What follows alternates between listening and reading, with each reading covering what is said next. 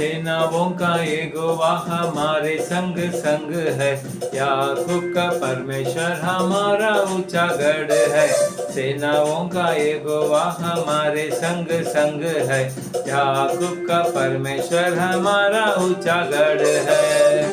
जिसने आकाश बनाया, जिसने पृथ्वी बनाई, जिसने आकाश बनाया, जिसने पृथ्वी बनाई, वो सर्वशक्तिमान प्रभु है। वो यहोवा हमारे संग संग है। वो सर्वशक्तिमान प्रभु है। वो यहोवा हमारे संग संग है। सेनाओं का यहोवा हमारे संग संग है। याकूब का परमेश्वर हमारा ऊंचा गढ़। Praise Lord. यीशु मसीह आपको आशीष करे। ये अच्छे समय परमेश्वर दिए, हम उनको धन्यवाद करता हूँ। अभी कुछ वचन देखेंगे, उसके पहले प्रार्थना करें। धन्यवाद परमेश्वर, धन्यवाद। ये अच्छे समय हमको दिया परमेश्वर। आपका वचन हम देखने वाले, हमको आशीष कीजिए। सुनने वाले को आशीष कीजिए, छुपाकर प्रकट कीजिए। यीशु मसीह के नाम से आमीन।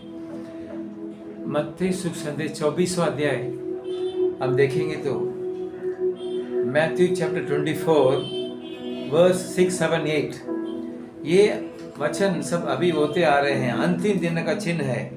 मैथ्यू चैप्टर 24 में वर्स 6, 7, 8 में हम देखेंगे तो तुम लड़ाइयों और लड़ाइयों की चर्चा सुनोगे तो घबरा न जाना, क्योंकि इनका होना अवश्य है। ये जो लड़ाई होते आ रहे हैं, परमेश्वर कहते हैं ये होना अवश्य है, लेकिन परंतु उस समय अंत न होगा। वो लोग सोचते हैं अभी एक देश दूसरे देश लड़ाई करते हैं और ऐसे पूरी दुनिया में लड़ाई आ जाएगा, फिर अंत होएगा। ऐसा नहीं होएगा करके परमेश्वर कहते हैं। और अंत का क्या चिन्ह है? आप और मैं रहते इस पृथ्वी में, अंत का समय आ गया है। बहुत हजारों साल इस पृथ्वी में इंसान बढ़ते बढ़ते आ रहे हैं, जन्म लेते आ रहे हैं, लेकिन इस संसार के लिए अंत आ चुका है। उसका चिन्ह क्या है कर हम अभी देखने वाले हैं। क्योंकि जाति पर जाति और राज्य पर राज्य चढ़ाई करेंगे।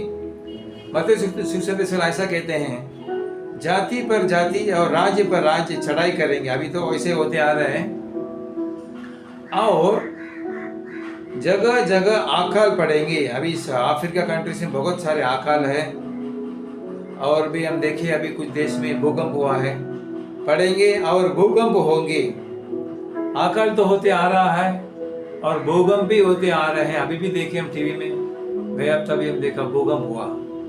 लेकिन इसका चिन्ह क्या है? हम वही मत्ती सुसंदेश 24 में 8वां वचन में देखेंगे तो ये सब बातें पीड़ाओं का आरंभ होगी। ये इंसान के लिए पीड़ा है, तकलीफ है, नुकसान है, दिल में बहुत सारे कड़वापन है। ये पीड़ाओं का आरंभ है। ये पीड़ाओं का आरंभ होगी। तो वचन कहता है ये अभी पीड़ाओं का आरंभ है, लेकिन इस पीड़ा से आप और वे बच सकते हैं। पवित्र वचन कहता है इस संसार में जो कुछ होने दो, जो कोई इंसान यीशु मसीह को विश्वास करता है उसको पीड़ा नहीं रहेगी कर वचन कहता है। वो इस संसार में शांति से, समाधान से रहेगा। उतना ही नहीं, आने वाला एक दुनिया है मरने के बाद, उसमें भी वो जाएगा, उधर भी आनंद मनाएगा। उसके लिए एक ही रास्ता यीशु मसीह है। और भी मत्ती सुसंदेश 24वां अध्याय में, मैथ्यू चैप्टर 24 में 35 से हम देखेंगे तो 35वां वचन से हम देखेंगे तो उधर भी ऐसा लिखा है, आकाश और पृथ्वी डल जाएंगे परंतु मेरे बातें कभी नहीं टलेगी। ये जो मेरे हाथ में पवित्र शास्त्र है, इसके अंदर लिखा हुआ वचन है, ये कभी डल नहीं जाएगी। ये वचन सब पूरा होएगा कहकर यीशु मसीह ने कहा। तो वही मत्ती सुसंदेश 24 में हम 36 हम पढ़ेंगे तो उस दिन और उस घड़ी के विषय में कोई नहीं जानता। जब यीशु मसीह दूसरे बार, ये अंतिम दिन है, ये अंतिम दिन में यीशु मसीह आने वाले हैं दोबारा। एक बार आया, जन्म लिया और सबके लिए भाषण दिया, सुख संदेश बताई, बहुत जन को परमेश्वर ने चंगा किया। लेकिन दोबारा बार यीशु मसीह आने वाले हैं, पूरे राजा के रूप से आएंगे। और जो कोई उनको विश्वास करते हैं उनको लेके जाएंगे। कोई नहीं जानता वह स्वर्ग के दूत और न पृथ्वी, परंतु केवल पिता। जैसे नूह के दिन थे वैसे ही मनुष्य के पुत्र का आना भी होगा।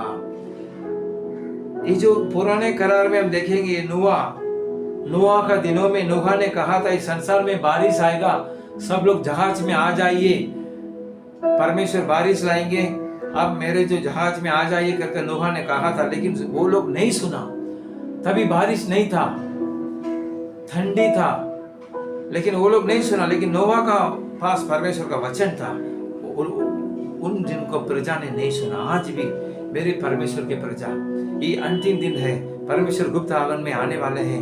नूह के दिनों में इंसान नहीं सुना सुख संदेश, अंतिम में मर गया, पानी में डूबकर मर गया, बहुत करोड़ों जन मर गया। तो यीशु मसीह कहते हैं नूह के दिनों में थे वैसा ही मनुष्य का पुत्र का आना भी होगा।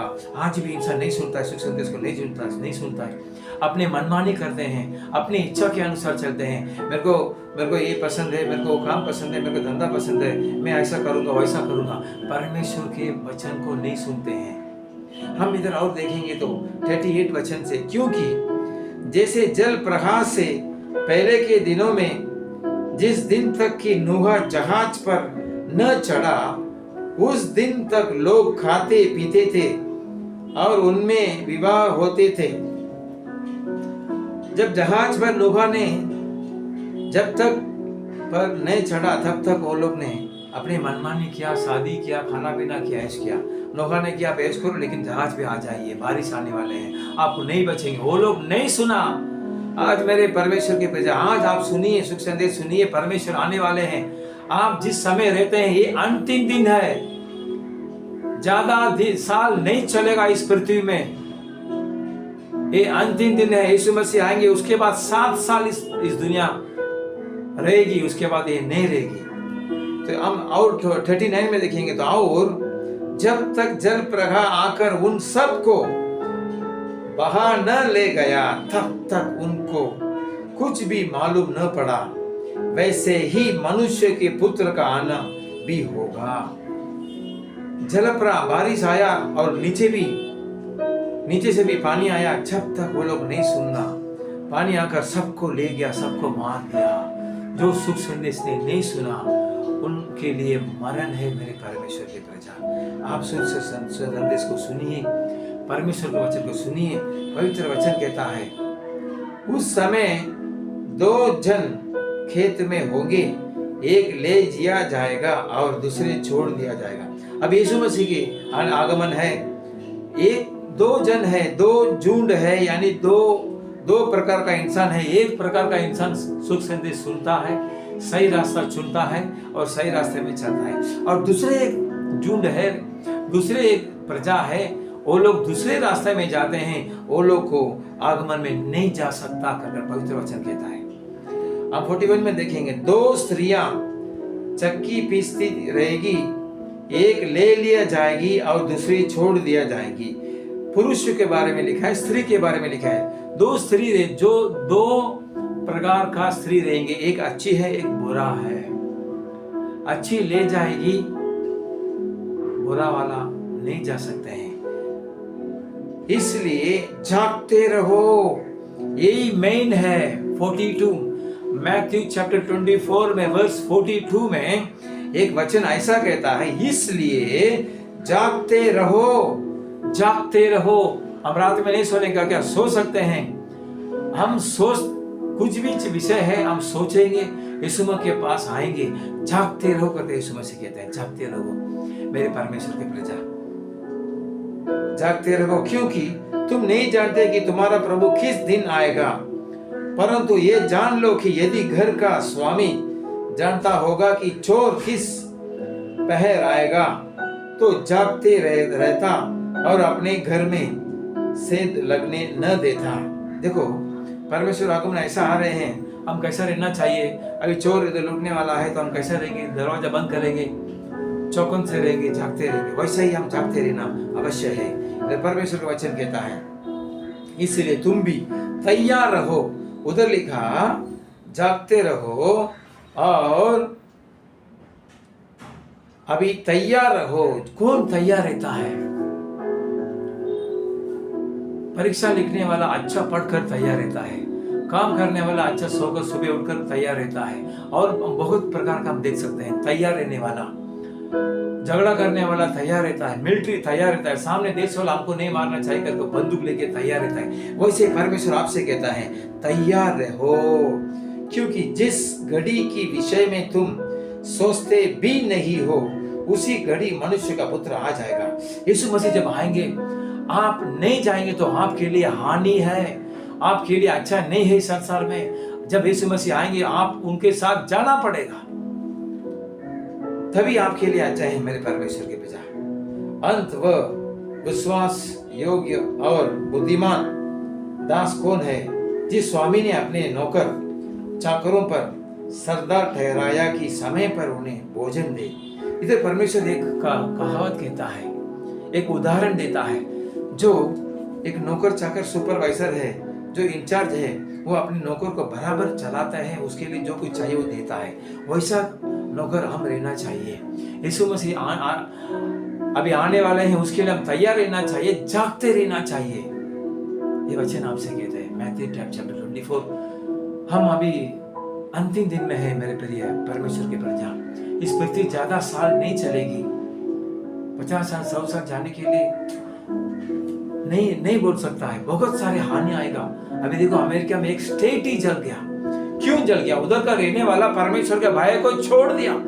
परमेश्वर के भाई नहीं मानते हैं, वो लोग नहीं जागते रहा, परमेश्वर को हृदय में विश्वास नहीं किया, सुख संदेश को विश्वास नहीं किया, परमेश्वर को माना नहीं। फिर भी वो मसीह लोग हैं, नाम के लिए मसीह लोग हैं। आप भी नाम के लिए मसीह लोग हैं तो कुछ फायदा नहीं है।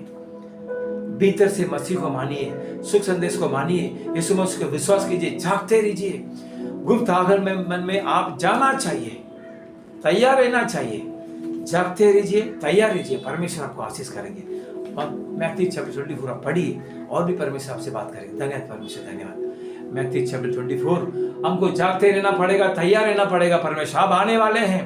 नोआ के दिन में, उन दिनों में जो लोग था वो लोग सुख संदेश नहीं सुना, पानी में डूबकर मर गया। परमेश्वर अभी भी आप आने वाले हैं। सुनने वाले को आशीष कीजिए, बोलने वाले को आशीष कीजिए, जागते रहने के लिए कृपा कीजिए, तैयार रहने के लिए कृपा कीजिए, आशीष कीजिए। परमेश्वर आपके ज्ञान से भरिए, आपका पवित्र आत्मा से भरिए। परमेश्वर ऐसे कीजिए, आशीष कीजिए।